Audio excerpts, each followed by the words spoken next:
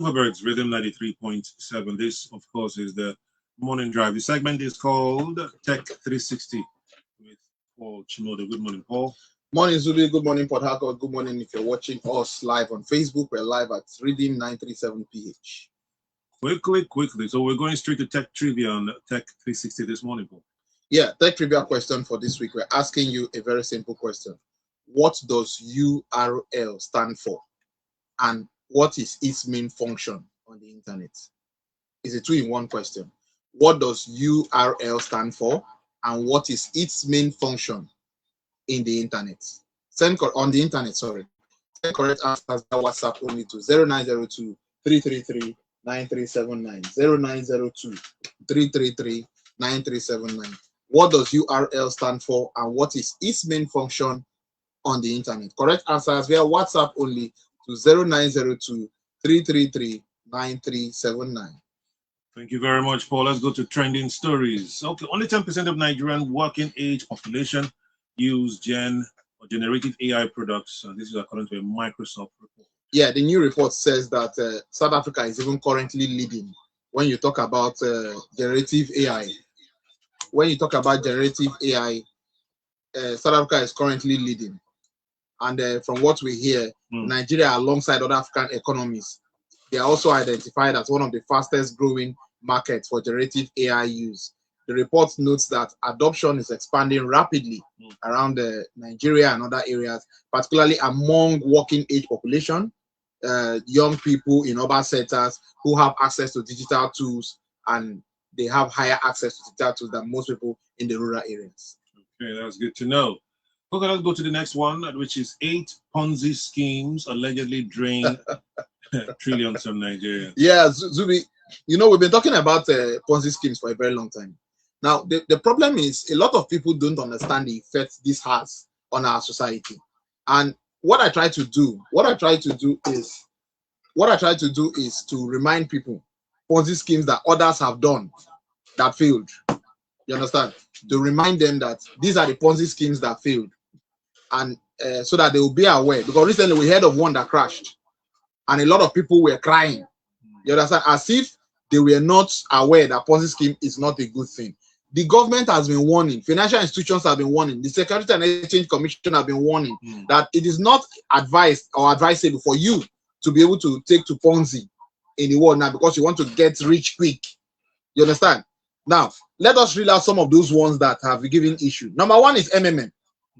You were here and you saw some people have blood pressure because of MMM. Now, that MMM that they have blood pressure on, it crashed. It crashed. And today, a lot of people lost money when you talk about MMM. A lot of people lost so much. Number two is MBA Forex. You remember what happened? They even protested to churches, to radio stations, and all that. They protested. People cried. They said, oh, their money and all that. It was run by a certain Maxwell Odum. Yeah, it happened. And he presented himself as a forex trading and capital management platform. So many people lost at the end of the day. So many people. So many capital promoted by a certain Adewale Daniel Jayoba. Now, the Wales Kingdom promoted as an investment company offering fixed returns. I'm aware. That's what happened. A lot of people faced issues with it and all that. And here we are. It's crashed. Then we also had Emerging Global Solutions, owned by a couple, Bamiche and Elizabeth Ajetumobi. Now, what they did, they structured their investment platform offering profitable returns. It was linked to just the two of them. Yeah. And the scheme gained traction through online promotions and trust-based referrals. Yeah. Where is it today? Gone. We also had Rastery, which was promoted by Michael Chidebere. It was known as Black Gold. It happened too. What was it about? It offered digital investment packages with promised returns. Where is it today? Gone. Zubi, the sixth one is Zedekiah Money Train, promoted by Pastor Goswill Oyo. Oh, a pastor. Yes, the pastor also was part of scam. Okay. Now, Zedekiah Money Train was presented as an investment opportunity, promising unusually high returns with short periods. It was associated with a pastor. And you know, people, you understand, a lot of trust was there. Yeah, what happened at the end of the day? The scheme is gone. It was using strong marketing language and structured membership system. That's how it functioned. Gone too. The seventh one is XM Future Music Group. XM Future Music Group. Okay. It is one of the most recent schemes recently. Music Group? Yes, that's what they call it. Zubi, I don't know. Now, it claimed users could earn returns by participating in music-related activities, Zubi. Are you for real? Yeah, including listening to songs. Okay, that one that you listen and then they will pay you. Exactly. Okay. It allegedly promised extremely high returns within a short time frame, with investment packages ranging from low entry amounts to very large sums. You have to pay to listen to music to get paid. Where is it today, Zubi? Oh boy, that's good. Zubi, the eighth one is a collection of small ones that we didn't even hear about, that happened in small communities and all that, all gone. They are the eighth one. They are the eighth on my list, sorry. Where are they today? They are all gone. They are all gone. So why am I reeling this out to people today? People have made this mistake over time. Is there a new one? No. Because recently the SEC published some names. Yeah, but a lot of them are crashing every day. But I think what people are doing now is what we call in local parlance, make a rush enter, collect my own waka. Yeah, that's it. Because unfortunately, what is as you enter your own, you collect and hang, you put your own in hand, you start crying, you start looking for who. The government have been shouting, the SEC have been shouting, but people don't want to listen. This get rich quick syndrome is destroying communities, individuals, society around our country, and it's not a good thing. Everybody wants to get wealthy at all costs. It's a bad thing. I've read out the names today. We'll still add more as they keep crashing. Yeah. So people, if you love yourself, you listen. If you don't love yourself, you can continue to invest your hard-earned money there. I concur. Many of them are on the SEC website. So just go to the sec.ng.gov or the gov.ng, one of them. I think .gov.ng. You'll be able to get the names of Ponzi's and other outfits that you've been warned not to deal with. Okay, the next one is IGP restricts POS operations around police stations. Yes. Ego help. Because people will drive you far. The Inspector General of Police. They move from Bayelsa to Igboeche. They will drive you far. Now, let me tell you what he said. He said that he has ordered the restriction of POS within and around police stations nationwide. Yeah. He was talking about 200 meters. Yeah, that's what he was saying. Can you give us a physical description of 200 meters? Zubi, I don't know. Okay. But there's something I have to say about it. Okay. Now, he said he's trying to curb corruption and what is it called? Cash-based transactions in sensitive security areas. Okay. But Zubi, let me shock you. There's a police station in Port Harcourt where they have POS centers inside it. Yes. You know, someone said it to me, and I went in there over the weekend to confirm. Zubi, they don't need to go to the POS outside. There's one inside. They have not one, they have about 2 or 3 inside. Inside the police station. It's owned by police officers. Inside the police station. That's disobeying the IG. Though. Well, I don't know how he will be able to find that out. Now, do you know how they got to discover this?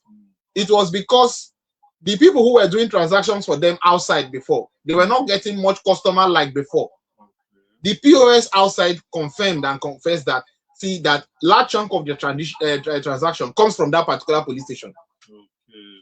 And when you hear the figure they do for that police station every day, Zubi, you marvel. Is it a business now? Zubi, you will marvel and think that what is going on there is bank.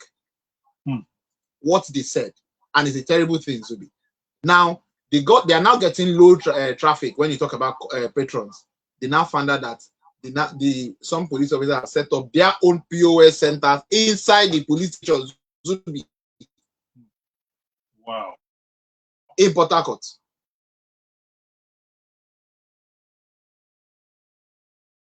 Thank God he was in River State before. So he knows here very well. Okay, let's move to the next one. NCC reports gradual improvement in network quality. Zubi, a lot of people I've spoken to about this are laughing.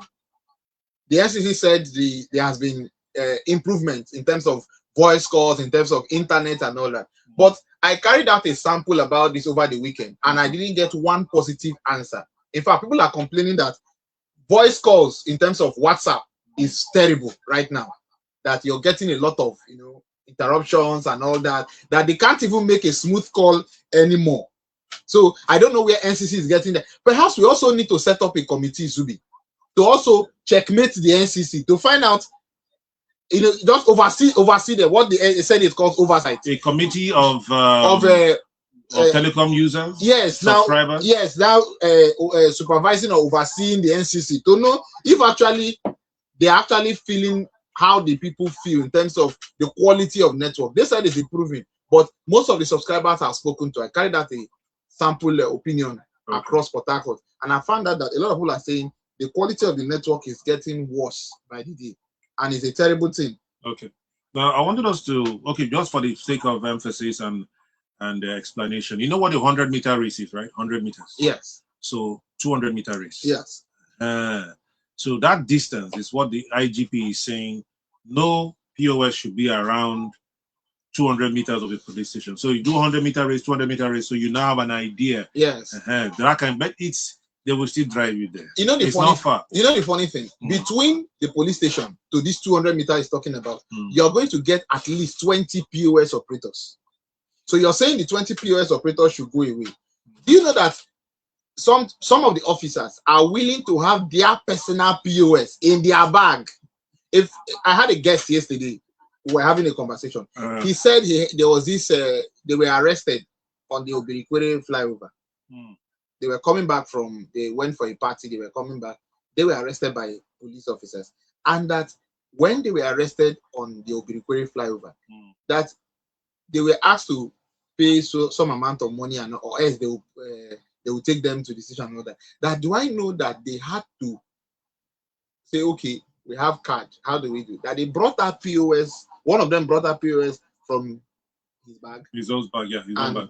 Give to them. Yes, and they put their and that card. POS will not be in his name, to be in some other. Yes, but it is his. It's his property. It is his property, and he's making.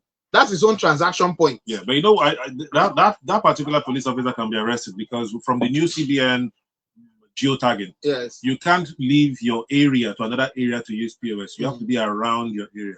So now this one will give the police an idea of where the guy operates. Then they can easily catch him. Well, will they catch the person? We'll wait to see those who will be arrested. We need to see, if we don't see those arrested, we will not take this serious. They need to make, that guy needs to make a proper entry. Otherwise, the police will not just work with what they heard on radio. But to be on a more serious note, what we are seeing is funny. Talking about police officers having POS. Talking about police officers having POS centers inside the police station. And then last week, you remember that I told you that we were told that some lecturers are also doing Yahoo. Oh, yes. You remember I said that last week? I said we'll investigate this in the higher institutions in Rivers State. That some students said that they have their lecturers who are Yahoo boys too. Yahoo. We say Yahoo men. Yahoo. It's crazy. Grandfathers. It's not funny, but let's move into entering tech. So these lecturers are entering tech the wrong way. They are supposed to be an example, models to the students, but they've joined the students in doing Yahoo. No, but the students are also surprised, right? That our teachers are doing this. Yes. So it means the quality of people we hire as lecturers has also dropped. Maybe some of them are Yahoo boys before getting into the education space. Some of them may be Yahoo boys, and then they now look for job, to validate themselves, and now become lecturers. They are now combining Yahoo and lecturing. You know what that means? Yahoo lectures. Okay, so let's go into entering tech, where the essence of building a good digital footprint and digital identity. So if you remember recently when the president appointed some, some ambassadors, some of them had the issue of their digital footprint. That's why they were rejected by some countries. And this is a problem for so many of them today. Now, digital identity in today's technology-driven world is no longer optional. It is part of your identity as a person.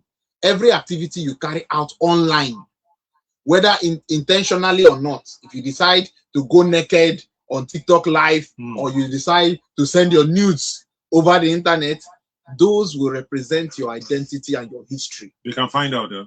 Exactly. All that's needed is just to search about you and everything related to you. What if I deleted it? Well, it depends. If you had posted it there, don't you think that there are some people who have taken that your content and reposted it on other pages? Wow. Remember, we have a lot of bloggers these days. So if you have deleted the source, what about the other people who reposted or who copied and posted it somewhere? this is where the problem comes for some people, and some who do not understand. It takes only online search to get all the information people need. And today I decided to talk about it because a lot of people are having this problem. Now, a digital footprint exists in two forms. Now, what are those forms that exist in? Active and passive. Your active footprints include things you deliberately post or share, such as LinkedIn updates, GitHub projects, tweets, or blog posts. Your passive footprint is created without direct action, such as data collected by websites, browsing history. You understand? Things like cookies and third-party tracking system.